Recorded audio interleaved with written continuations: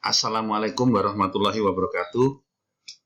Saudara-saudara mahasiswa Universitas Trunajaya Fakultas Ekonomi, beserta mata kuliah Manajemen Pemasaran 1, kita melanjutkan materi bab 2 tentang sistem, fungsi, dan lingkungan pemasaran, bagian yang kedua. Pada bagian yang pertama telah saya bahas mengenai sistem dan fungsi pemasaran. Pada bagian ini kita lanjutkan tentang lingkungan pemasarannya.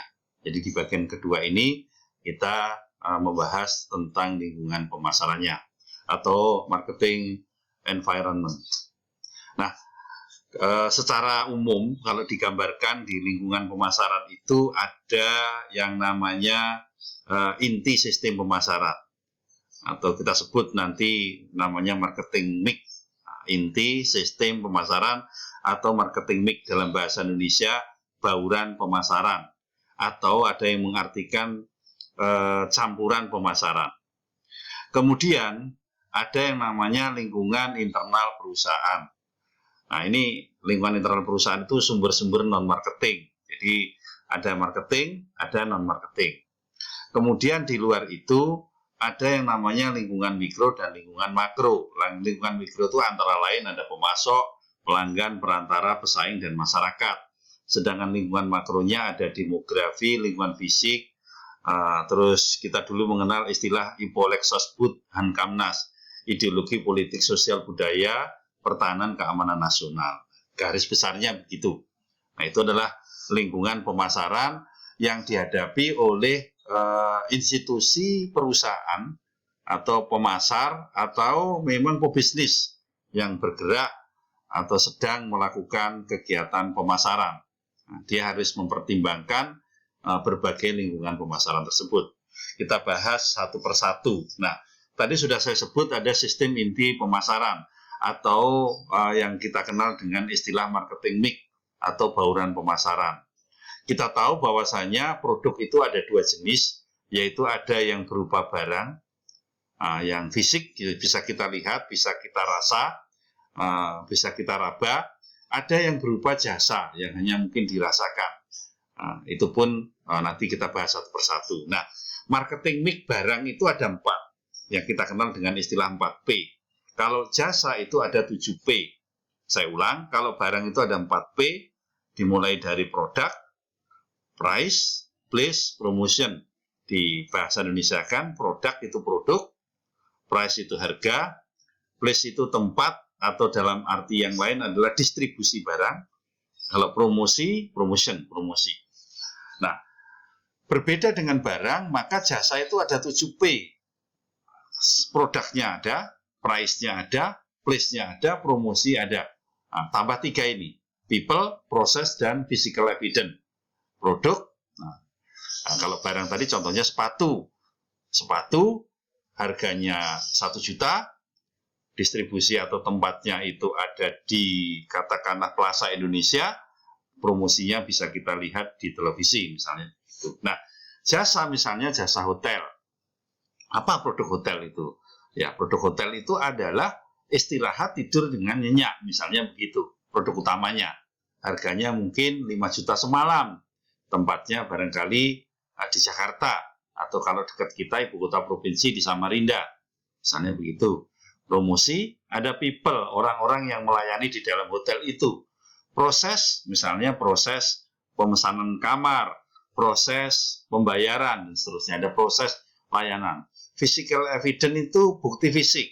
Contoh kalau di kamar hotel itu seperti apa kebersihannya, kasurnya, kamar mandinya, fasilitas-fasilitas lainnya. Nah, itu physical evidence. Ini contoh sistem inti pemasaran. Nanti akan kita bahas satu persatu di bab-bab yang selanjutnya. Nah, lingkungan internal perusahaan itu yang sumber non-marketing, itu kita tahu bahwasanya di perusahaan itu ada macam-macam. Di antaranya ada bagian produksi, bagian keuangan, bagian akuntansi, administrasi, personalia, logistik, riset and development, pengembangan, lead bank, humas, dan lain-lain. Itu adalah bagian internal perusahaan. Sedangkan lingkungan mikro, nah ini kita bahas lingkungan mikro.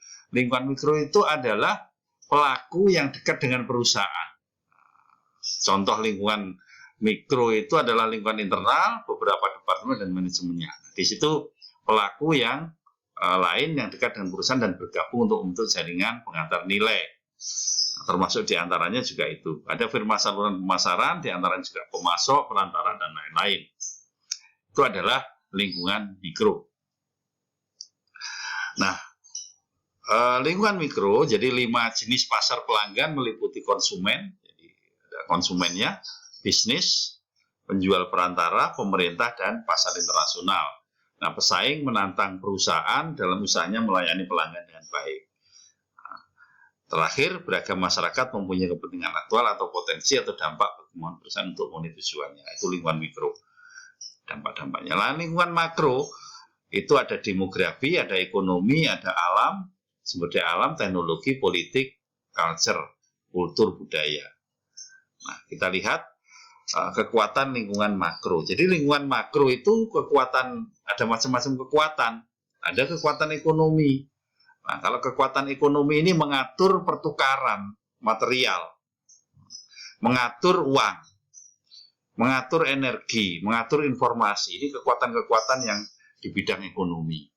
Nah, kalau kekuatan teknologi, maka bisa menghasilkan penemuan baru dan pemecahan masalah. Misalnya, ada persoalan-persoalan di dalam teknologi yang ada di produk itu. Nah, itu kekuatan teknologi.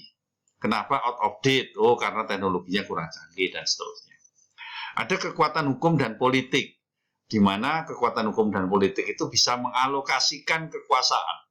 Jadi mengalokasikan kekuasaan dan perlindungan hukum serta aturan-aturan. Kemudian ada kekuatan sosiokultural yang mengatur nilai, adat istiadat, dan kebiasaan lingkungan. Ini kekuatan makro. Nah, kekuatan makro itu ada yang macam-macam tadi, saya sebutkan demografis, ekonomi, dan seterusnya tadi. Nah, kita bahas satu persatu. Demografi itu adalah karakteristik populasi manusia. Apa yang bisa kita lihat di demografi itu? Misalnya struktur usia. Nah, kalau kita lihat di lingkungan kita begitu banyak kafe lah, katakanlah kafe atau warung-warung yang modern, katakanlah warung kopi yang modern, warung minuman yang lebih modern, tidak seperti yang tradisional. Itu karena sebenarnya karena masalah demografi, struktur usia yang melayani usia-usia muda, yang usia-usia antara 17 sampai dengan 35-an. Ini yang banyak disukai. Nah, ini karena masalah struktur usia, itu mempengaruhi sekali. Atau dilihat juga bisa demografi itu dari perubahan profil keluarga. Profil keluarga, bapak, ibu, anak, itu profilnya. Kalau dulu banyak anak, banyak rezeki, mungkin setiap keluarga minimal anaknya 6, barangkali sekarang karena keberhasilan program keluarga berencana, barangkali putra-putrinya dibatasi 2 atau 3. Ini profil-profil keluarga. Perubahan populasi secara geografis, karena masalah industrialisasi, di kota, di perkotaan, di Pulau Jawa, dan beberapa pulau yang sentral industrinya, maka ada populasi geografis itu berubah. Mereka ada yang perpindahan dari satu titik ke titik lain, dari tempat satu ke tempat yang lain.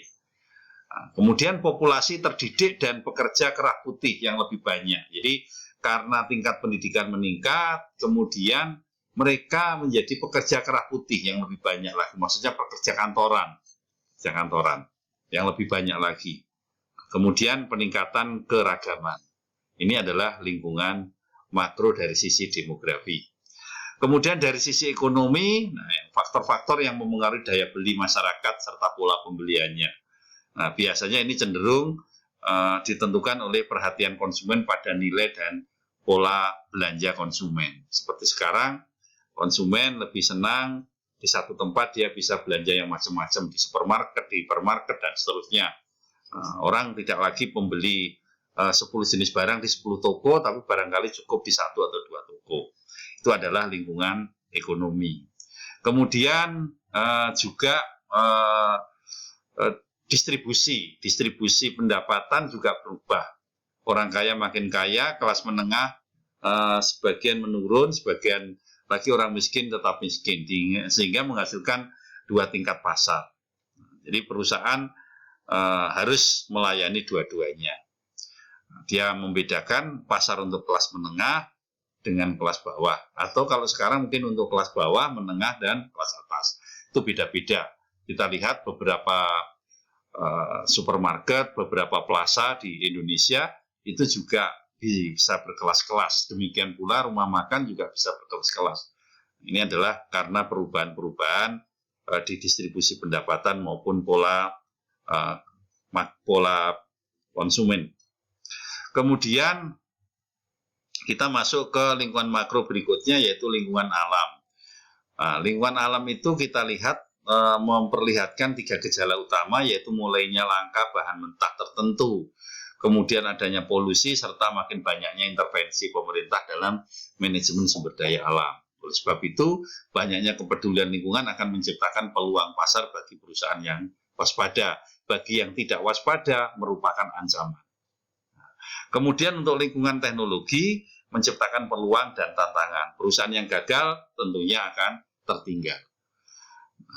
Demikian untuk pembahasan lingkungan pemasaran.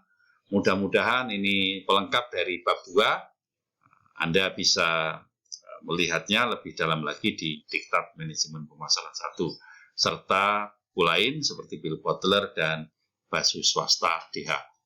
Terima kasih atas perhatiannya. Sampai jumpa pada pertemuan selanjutnya. Wassalamualaikum warahmatullahi wabarakatuh.